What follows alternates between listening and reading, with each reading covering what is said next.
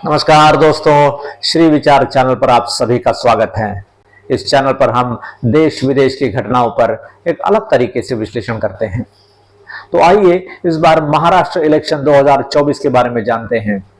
इस वीडियो में मैं आपको विस्तार से बताने की कोशिश करूंगा कि इलेक्शन डेट्स कब हो सकती हैं, रिजल्ट्स कब डिक्लेयर हो सकते हैं, नई सरकार कब बननी चाहिए। तो इस वीडियो को अंत तक देखिए और अगर ये वीडियो आपको पसंद आता है तो इस चैनल को सब्सक्राइब कीजिए और अपने मित्र परिवारों के साथ साझा कीजिए। महाराष्ट्र 2024 का रण संग्राम बहुत नजदीक आ चुका है। हालांकि इलेक्शन कमीशन ने अभी तक डेट्स डिक्लेयर नहीं की हैं, लेकिन बहुत लोगों का, बहुत पॉलिटिकल पंडितों का एनालिसिस जारी है और उनके हिसाब से लोगों ने डेट्स अनाउंस करना शुरू कर दी है। कोई कह रहा है अक्टूबर 15 को इलेक्शन होंगे, कोई कह रहा है अक्टूबर एंड में होंगे, कोई कह रहा है नवंबर में होंगे। न्यूज 24 चैनल ने तो ये भी बता दिया है कि शिंदे साहब ने तो उनके किसी प्रेस कॉन्फ्रेंस में ये अनाउंस भी कर दिया कि नवंबर के दूसरे हफ्ते में इलेक्शन होगा। लेकिन शिंदे साहब डिसाइड करने वाले कोई नहीं है, इलेक्शन कमीशन अपनी डेट्स खुद डिक्लेयर करेगा। अगर आप टेक्निकली देखते हैं तो नई सरकार का गठन हो जाना चाहिए 20 से 23 नवंबर के बीच में। अब यहां से हम अगर बैक कैलकुलेट करते हैं, रिवर्स कैलकुलेट करते हैं, तो हम इलेक्शन किस डेट्स को होगा, कब अनाउंसमेंट होगी, सारा कैलकुलेट कर सकते हैं। तो अगर समझिए 23 नवंबर पकड़ते सरकार का गठन होना चाहिए, तो इसका मतलब है 16-17 तारीख तक या 15 तारीख तक जो है रिजल्ट आ जाने चाहिए। 15 तारीख तक अगर रिजल्ट आ जाने चाहिए तो, और चुनाव अगर 2 चरण में होने वाला है तो दूसरा चरण जो है वो होना चाहिए 10 से 11 तारीख के बीच में। पहला चरण फिर हो जाना चाहिए 5 से 6 नवंबर के बीच में। अगर 5 नवंबर से फिर 45 दिन पीछे कैलकुलेट करते हैं तो 20 नवंबर की तारीख निकल आती है, जब 20 सितंबर की डेट आती है, जहां पर ये इलेक्शन डेट्स की अनाउंसमेंट इलेक्शन कमीशन को करनी होगी। तो आइए देखते हैं क्या होता है, क्या हमारा अनुमान सही निकलता है। अब दोस्तों जानते हैं आप कि 2023 के इलेक्शंस के बारे में रिजल्ट्स आपने सबने देखे हैं। हमने किसे वोट दिया, क्या सोचकर वोट दिया, कौन सी सरकार बनी। तो 2019 के इलेक्शन में उद्धव साहब नाराज हो गए, पवार साहब की कूटनीति से खिचड़ी सरकार बन गई, कोई विचारधाराओं का मेल नहीं, कुछ नहीं, और सरकार बन गई। फिर कोरोना आया, कोरोना गया, फिर पार्टियां टूटी, फिर नई सरकार बनी, मसाला खिचड़ी बन गई। भाई हमने वोट किन्हें दिया था? मतलब ये होता है ना कि शादी के समय लड़की आपको एक दिखाई गई और शादी जो है दूसरे किसी से करवा दी। हमारे साथ तो ये खेला हो गया।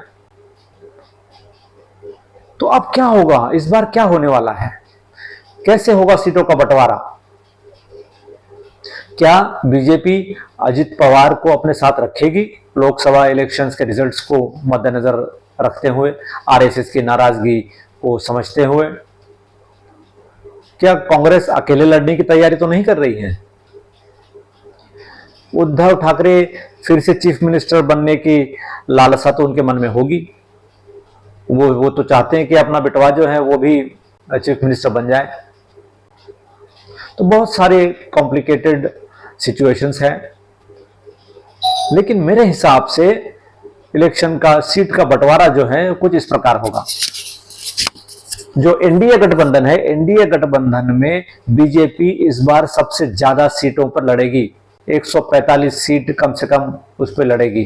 288 सीट है महाराष्ट्र में, 145 सीट कम से कम बीजेपी लड़ेगी, क्योंकि आप तो ये छाछ भी फूक फूक कर पिएंगे,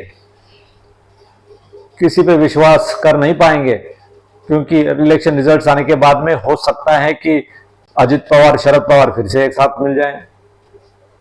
हो सकता है शिंदे साहब का उद्धव ठाकरे के प्रति प्रेम बढ़ जाए और बीजेपी को सरकार में न आने देने के लिए सारे दांव पेच हो सकते हैं।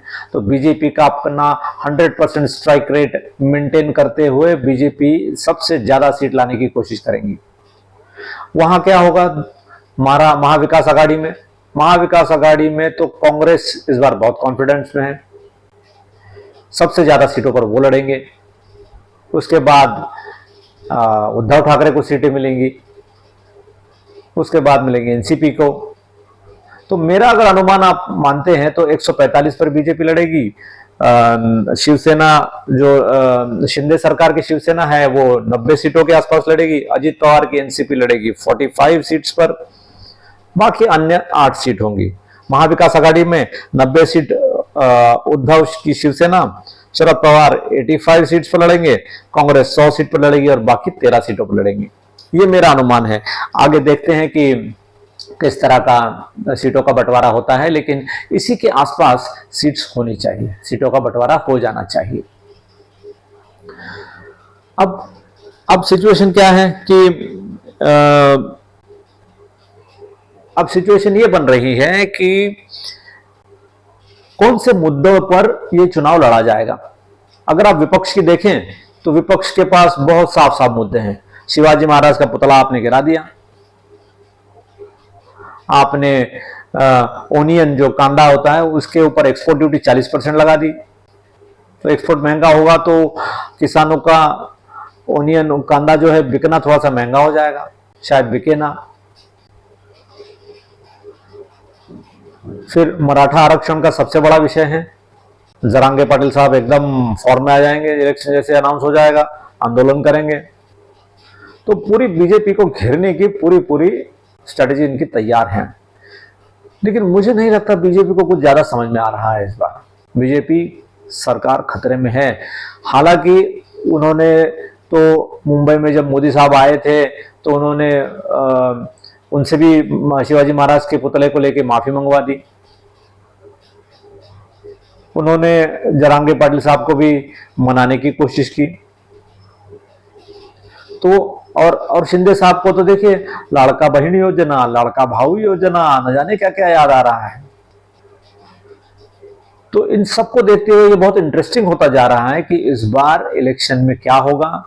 बहुत एक दूसरे के ऊपर कीचड़ उछाला जाएगा, लेकिन वोटर से मेरा अपील है कि अपने तरीके से इसका आकलन करें, एनालिसिस करें और उसके हिसाब से आप वोटिंग करें।